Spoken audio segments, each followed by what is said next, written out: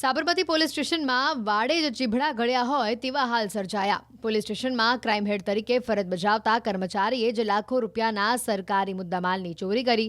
મળતી વિગતો પ્રમાણે ક્રાઇમ હેડ તરીકે કાર્યરત જયેન્દ્રસિંહે મુદ્દામાલના પૈસા લઈ લીધા બાદ રજા પર ઉતરી ગયા અને સરકારી નાણાંનો ગેરકાયદેસર ઉપયોગ કર્યો।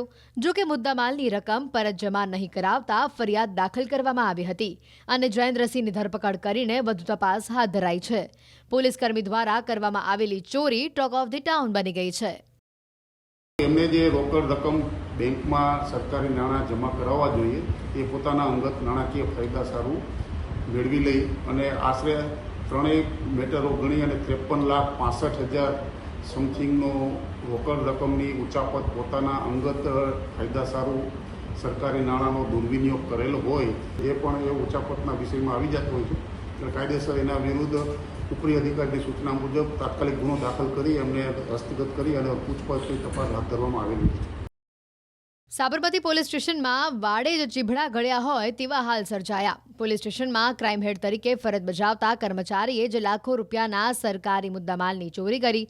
મળતી વિગતો પ્રમાણે ક્રાઇમ હેડ તરીકે કાર્યરત જયેન્દ્રસિંહે મુદ્દામાલના પૈસા લઈ લીધા બાદ રજા પર ઉતરી ગયા અને સરકારી નાણાંનો ગેરકાયદેસર ઉપયોગ કર્યો। જો કે મુદ્દામાલની રકમ પરત જમા નહીં કરાવતા ફરિયાદ દાખલ કરવામાં આવી હતી અને જયેન્દ્રસિંહની ધરપકડ કરીને વધુ તપાસ હાથ ધરાઈ છે। પોલીસકર્મી દ્વારા કરવામાં આવેલી ચોરી ટોક ઓફ ધી ટાઉન બની ગઈ છે। એમને જે રોકડ રકમ બેંકમાં સરકારી નાણાં જમા કરાવવા જોઈએ એ પોતાના અંગત નાણાકીય ફાયદા સારું મેળવી લઈ અને આશરે ત્રણેય મેટરો ગણી અને 53,65,000 સમથિંગનો રોકડ રકમની ઉચાપત પોતાના અંગત ફાયદા સારું સરકારી નાણાંનો દુર્વિનિયોગ કરેલો હોય એ પણ એ ઉચાપતના વિષયમાં આવી જતો હોય છે। એટલે કાયદેસર એના વિરુદ્ધ ઉપરી અધિકારીની સૂચના મુજબ તાત્કાલિક ગુનો દાખલ કરી એમને હસ્તગત કરી અને પૂછપરછની તપાસ હાથ ધરવામાં આવેલી છે।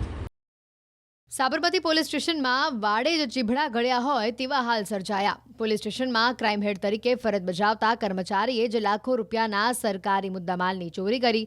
મળતી વિગતો પ્રમાણે ક્રાઇમ હેડ તરીકે કાર્યરત જયેન્દ્રસિંહે મુદ્દામાલના પૈસા લઈ લીધા બાદ રજા પર ઉતરી ગયા અને સરકારી નાણાંનો ગેરકાયદેસર ઉપયોગ કર્યો। જો કે મુદ્દામાલની રકમ પરત જમા નહીં કરાવતા ફરિયાદ દાખલ કરવામાં આવી હતી અને જયેન્દ્રસિંહની ધરપકડ કરીને વધુ તપાસ હાથ ધરાઈ છે। પોલીસકર્મી દ્વારા કરવામાં આવેલી ચોરી ટોક ઓફ ધી ટાઉન બની ગઈ છે।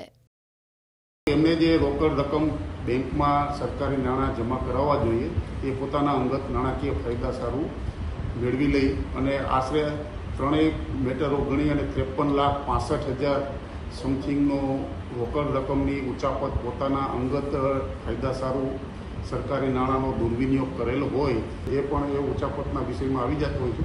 એટલે કાયદેસર એના વિરુદ્ધ ઉપરી અધિકારીની સૂચના મુજબ તાત્કાલિક ગુનો દાખલ કરી એમને હસ્તગત કરી અને પૂછપરછની તપાસ હાથ ધરવામાં આવેલી છે।